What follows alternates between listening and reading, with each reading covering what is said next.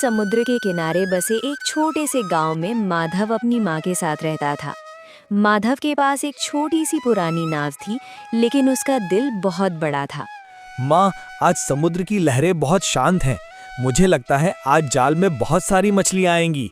आप चिंता मत करना, मैं शाम तो जल्दी लौटूंगा। जा बेटा, पर लहरों का भरोसा नहीं, भगवान पर भरोसा रखना और कभी अपनी ईमानदारी मत छोड़ना। अरे ओ माधव, उस पुरानी नाव से कितनी मछलियाँ पकड़ लेगा? देख मेरी नई मोटर वाली नाव, मैं तुझसे दोगुना कमाऊंगा। शुभकामनाएं बलराम भाई।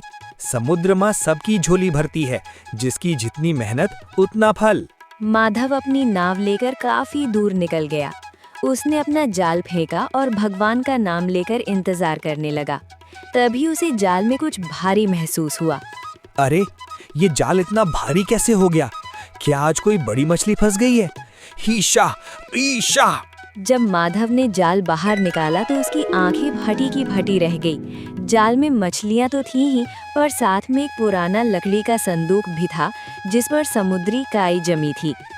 ये संदूक, इसमें क्या हो सकता है? कहीं इसमें कोई खजाना तो नहीं? माधव संदूक लेकर घर पहुंचा। जब उसने संदूक खोला तो उसमें सोने के पुराने सिक्के और मोती भरे हुए थे। ये खबर गांव में जंगल की आग की तरह फैल गई। क्या उस भिखारी जैसे माधव को खजाना मिला? ये जरूर उसी जादुई चट्टान के पास गया होगा। कल मैं भी वहीं जाऊंगा और उससे बड़ा खजाना लाऊंगा। बेटा माधव, ये धन हमारा नहीं है, ये समुद्र की अमानत है। हमें इसे गांव की भलाई के लिए मुखिया जी को सौंप देना चाहिए। आप ठीक कहती हैं माँ। बिना मेहनत के मिला धन सुख नहीं, चिंता लाता है। अगले दिन बलराम लालच में अंधा होकर अपनी मोटर बोट लेकर उसी जगह पहुंचा। उसने बड़ा जाल फेंका, लेकिन उसका मकसद मछली पकड़ना नहीं, बल्कि खजाना ढूंढना था। कहाँ है खजाना? मुझे और सोना चाहिए। मैं इस समुद्र को खाली कर दूंगा। अचानक मौसम बिगड़ गया। आसमान काला हो गया और समुद्र में ऊंची लहरें उठने लगी। बलराम ने डर के मारे अपना भारी जाल काटना चाहा, पर उसका पैर जाल में फंस गया। बचाओ, कोई मुझे बचाओ! माधव, मदद करो! माधव ने अपनी छोटी नाव से अपनी जान जोखिम में डालकर बलराम को डूबने से बचा लिया। बलराम की नई नाव समुद्र में समा गई, पर उसकी जान बच गई।